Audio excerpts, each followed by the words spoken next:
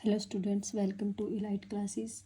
जैसे कि आप सबको पता है, हमारे सीबीएसई के +2 बोर्ड के पेपर पास में आ चुके हैं। तो सबसे पहला पेपर है हमारा 21 फ़ेब का फिजिक्स का। तो उसके लिए मैं आपको प्रिपेयर करवाने वाली हूँ। मैं हर चैप्टर के इम्पोर्टेंट टॉपिक्स आपको प्रिपेयर करवाऊँगी। जैसे हम स्टार्ट करते हैं फर्स्ट चैप्टर से। सबसे पहला चैप्टर है हमारा इलेक्ट्रिक चार्जेज एंड फील्ड।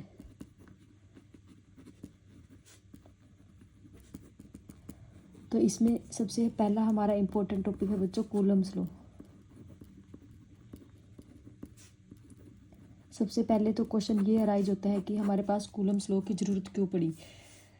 सबको हमें ये पता है कि क्या होता है हमारे पास, जैसे सेम चार्ज क्या करते हैं, हमेशा रिपेल करते हैं। सबको पता है ये चीज़। एंड अपोजिट चार्ज एक दूसरे को क्या करते हैं, अट्रैक्ट करते हैं। तो यहीं से इसका रीजन, यहीं से हमारा या कूलम्स लॉ आया था। यानी कि इनके बीच में जो रिपल्शन और अट्रैक्शन का फोर्स कितना है वो हमें कौन बताता है, कूलम्स लॉ। इसका मतलब कूलम्स लॉ की डेफिनेशन क्या हो जाती है, इंट्रैक्शन ऑफ चार्जेज के बारे में ये हमें बताता है। ठीक है। तो कूलम्स लॉ, सबसे पहली बात तो ये कि कूलम्स लॉ किसके ऊपर अप्लाई होता है, अप्लाई ऑन पॉइंट चार्ज के ऊपर, पॉइंट चार्जेस के ऊपर। तो हम स्टार्ट करते हैं कूलम्स लॉ। क्या हुआ, सबसे पहले हमने लेने पड़ेंगे दो स्मॉल चार्ज। एक है अपने पहला ले लिया +Q1 चार्ज और दूसरा ले लिया हमने +Q2 चार्ज। ठीक है। तो हमने पॉजिटिव लिए, ये हम नेगेटिव भी ले सकते हैं। ठीक है। तो क्या हुआ, सबसे पहले क्या है, इस चार्ज के सेंटर से इस चार्ज के सेंटर तक की लाइन को हमें क्या करना है, ज्वाइन करना है। सेंटर टू सेंटर ज्वाइन करना है, ये बात ध्यान रखनी है। तो हमें पता है कि दोनों, अगर हमने क्या लिए है, पॉजिटिव चार्ज लिए, तो दोनों एक दूसरे को क्या करेंगे, रिपेल करेंगे। मान लेते हैं हमारा ये कौन सा चार्ज है, फर्स्ट चार्ज है, और ये कौन सा है, सेकंड चार्ज। तो ये सेकंड चार्ज फर्स्ट वाले चार्ज को क्या करेगा, रिपेल करेगा। रिपेल करेगा तो फोर्स कहाँ लगेगा, इस वाली डायरेक्शन में। तो हमने उसको नाम दे दिया F12। F12 का मतलब है कि फर्स्ट वाले चार्ज के ऊपर सेकंड वाले ने फोर्स लगाया। इसी तरह क्या, सेकंड वाले चार्ज के ऊपर फर्स्ट वाला चार्ज जब फोर्स लगाएगा तो फोर्स की डायरेक्शन किस साइड जाएगी, इस side, F21।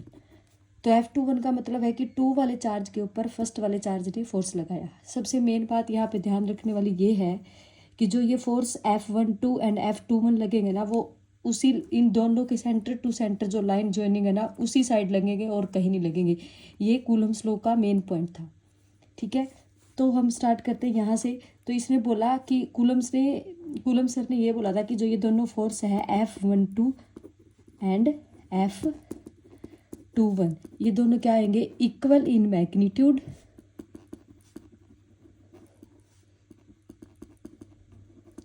And opposite in direction.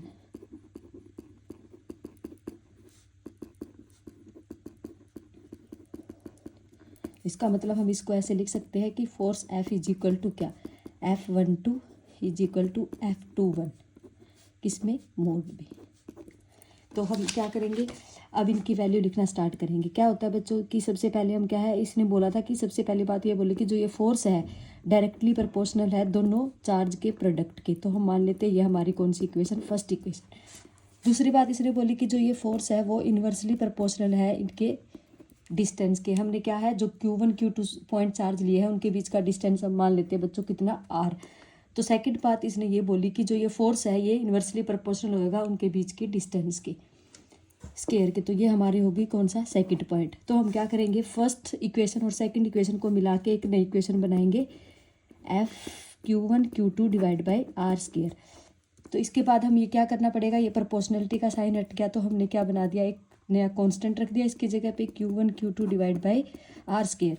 Main बात यहाँ पे ये है कि K क्या है, K क्या है, एक बच्चों यहाँ पे कांस्टेंट टर्म है।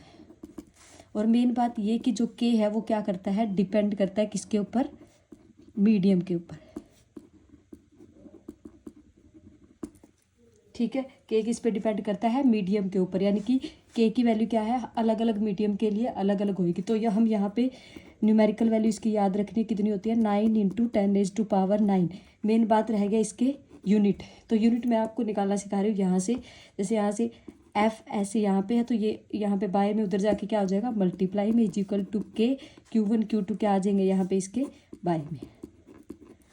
तो फोर्स के यूनिट सबको पता है क्या होते हैं हमारे पास, न्यूटन, आर स्क्वायर क्या है डिस्टेंस, तो क्या हो जाएंगे मीटर स्क्वायर। एक चार्ज के क्या होते हैं कूलम, तो दो यहाँ पे हमारे पास दो चार्ज है तो क्या हो जाएगा कूलम स्क्वायर। तो के यूनिट क्या आ गए हमारे पास न्यूटन मीटर स्क्वायर पर कूलम स्क्वायर। तो के की वैल्यू क्या हो जाएगी बच्चों 9 × 10⁻⁹ न्यूटन मीटर स्क्वायर पर कूलम स्क्वायर। ये क्या है एक्सपेरिमेंटल वैल्यू है, यानी कि न्यूमेरिकल वैल्यू ये याद करनी है। और ये मेन बात ये किसके लिए होती है, फ्री स्पेस, वैक्यूम और एयर के लिए। ठीक है, मीडियम पे डिपेंड करता है, तो इसका मतलब के की वैल्यू क्या, जैसे मान लो हमने क्या लिया, वाटर लिया, ग्लास लिया, माइका लिया, इनमें क्या होएगा बच्चों, इनमें के की वैल्यू क्या आएगी, डिफरेंट होएगी। ठीक है, तो हमारे पास फोर्स की वैल्यू क्या आ गई, F = K Q1 Q2 / R square. अब उसके बाद आता है जो K है ना बच्चों, उसकी जो वैल्यू होती है वो होती है 1/4πε। जो अपसाइलन होता है वो क्या होता है, परमिटिविटी। एक बार हमें सिर्फ इतना सा याद रखना है कि F जो कूलम्स लॉ से फोर्स की वैल्यू आई वो क्या आई हमारे पास, F की value K Q1 Q2 / R square. जो K की वैल्यू ये मैंने बताई है, ये मैं नेक्स्ट वीडियो के अंदर इसको डिफाइन करूंगी। परमिटिविटी क्या होती है, स्पेस के लिए क्या होती है, फ्री स्पेस, एयर और मीडियम के लिए, और मीडियम के लिए क्या होती है वो अलग डिफाइन करेंगे। तो ये हमारे पास क्या होगा यहाँ पे बच्चों, कूलम्स लॉ आ गया हमारे पास। अब उसके बाद आता है हमारे पास क्या, कि vector form of Coulomb's law. Coulomb's law की क्या वेक्टर फॉर्म, ये मेन इंपॉर्टेंट है। ये क्या है हमारे पास, ये तो स्केलर फॉर्म है, क्योंकि देखो सबको पता होगा कि वेक्टर फॉर्म के लिए सबसे मेन चीज़ क्या होती है बच्चे, यूनिट वेक्टर। यूनिट वेक्टर सबको पता होना चाहिए। यूनिट वेक्टर क्या होता है, यूनिट वेक्टर का फॉर्मूला होता है बच्चे क्या, मान लो मैंने बोला, जैसे मान लो यहाँ पे डिफाइन करती हूँ मैं, मेरे को ये क्या होता है, ये कैप होती है ना, जो ये क्या होता है यूनिट वेक्टर का सिंबल होता है। मान लो इसको मेरे को क्या डिफाइन करना है, ए कैप का, यानी कि यूनिट वेक्टर का फॉर्मूला होता है वेक्टर ए / उसका मैग्नीट्यूड। ठीक है, इसके अकॉर्डिंग इसका यूज़ करके हमें क्या है, कूलम्स लॉ को वेक्टर फॉर्म में डिफाइन करना है। अब देखो, अभी अपन ने पीछे क्या लिए थे, दो चार्ज लिए थे, एक +Q1 और एक +Q2, सेम वही डिस्टेंस। अब इसमें क्या लेते हैं अपन, मोड आर ले लेते हैं, क्योंकि अपने को क्या बतानी है, इसकी वेक्टर फॉर्म बतानी है। तो इसलिए अपन ने यहाँ पे क्या लिया, मोड आर, इसको हम वेक्टर फॉर्म में लिख के बताएंगे। तो सेम इधर वाली साइड हमने क्या लिया था, F12 फोर्स लिया था, इस वाली साइड F21 फोर्स लिया था। अब देखो, अब अपने को ये फोर्स इधर जा रहा है, ये कौन सा फोर्स है, F12, फर्स्ट वाले चार्ज के ऊपर सेकंड वाले चार्ज ने फोर्स लगाया, तो इसकी डायरेक्शन गई इधर। अब अपने को क्या करना है, इस डायरेक्शन का अपने को क्या चाहिए, एक वेक्टर फॉर्म चाहिए इसकी। तो वो कौन बताएगा, देखो अब देखो यहाँ पे आप मोड आर को दो तरह से डिफाइन कर सकते हैं। जब हम क्या करेंगे, मान लीजिए ये हमारा क्या था फर्स्ट और ये क्या सेकंड चार्ज था, हम फर्स्ट से सेकंड की तरफ जाएंगे तो उसको हम लिखेंगे R2 - R1।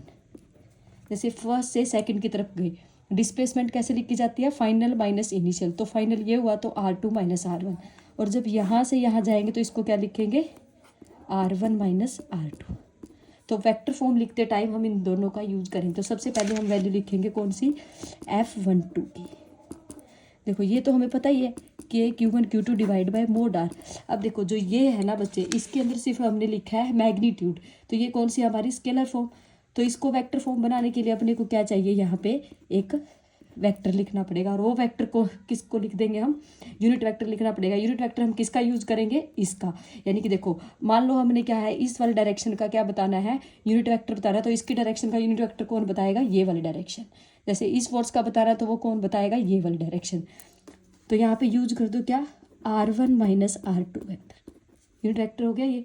अब यूनिट वेक्टर का इसके ऊपर अप्लाई कर दो ये फॉर्मूला जो मैंने आपको बताया। तो यहाँ पे पुट करने के बाद क्या आ जाएगा, K Q1 Q2 / mode are. तो ऐसे कैसे है, तो इसकी जगह पुट करेंगे तो क्या आ जाएगा, R1 - R2 वेक्टर / उसका मैग्नीट्यूड।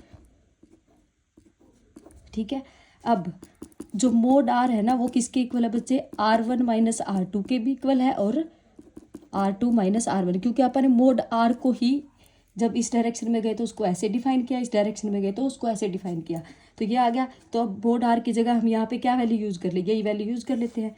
तो F12 किसके इक्वल हो जाएगा, K Q1 Q2 / R1 - sorry square है यहाँ पे, R2 इसका स्क्वायर और ये as it is R1 minus R2 divide by उसका मोड। तो ये स्क्वायर और ये 1 क्या हो जाएगा, दोनों मिलके क्यूब बन जाएगा। Q2 divide by R1 minus R2 इसका क्या बन गया क्यूब, और ये ऐसे कैसे R1 माइनस R2। तो ये क्या आ गई हमारी वेक्टर फॉर्म आ गई इसकी। सिमिलरली हम क्या लिख देंगे, F21 की वैल्यू लिख देंगे। देखो F21 में याद करने के लिए देखो K Q1 Q2 तो क्या रहेगा, सेम रहेगा। सिमिलरली जैसे यहाँ पे हमने क्या किया था, R1 माइनस R2 लिखा, देखो इस डायरेक्शन के लिए हमने ये यूज़ किया, तो इस डायरेक्शन के लिए हम क्या यूज कर देंगे, सिर्फ ये यूज कर, इतना सा ही चेंज आएगा। तो यहाँ पे क्या हो जाएगा R2 माइनस R1 इसका क्यूब, और यहाँ पे भी क्या आ जाएगा R2 माइनस R1। तो दोनों हमने क्या कर दिए, डिफाइन कर दिए, ठीक है। तो ये होगी हमारी क्या हो जाएगा, एक तो ये होगी हमारी क्या, कूलम्स लॉ की वेक्टर फॉर्म। मेन बात जो इसमें नोट करने वाली है, तो लास्ट में कंक्लूजन हमें याद करना है कि क्या कूलम्स लॉ का फॉर्मूला बना हमारे पास K Q1 Q2 divide by R square. तो यहाँ से फर्स्ट पॉइंट ये अराइज होता है कि जो ये फोर्स है इसको क्या बोलते हैं, इसको बोला जाता है इनवर्स स्क्वायर लॉ।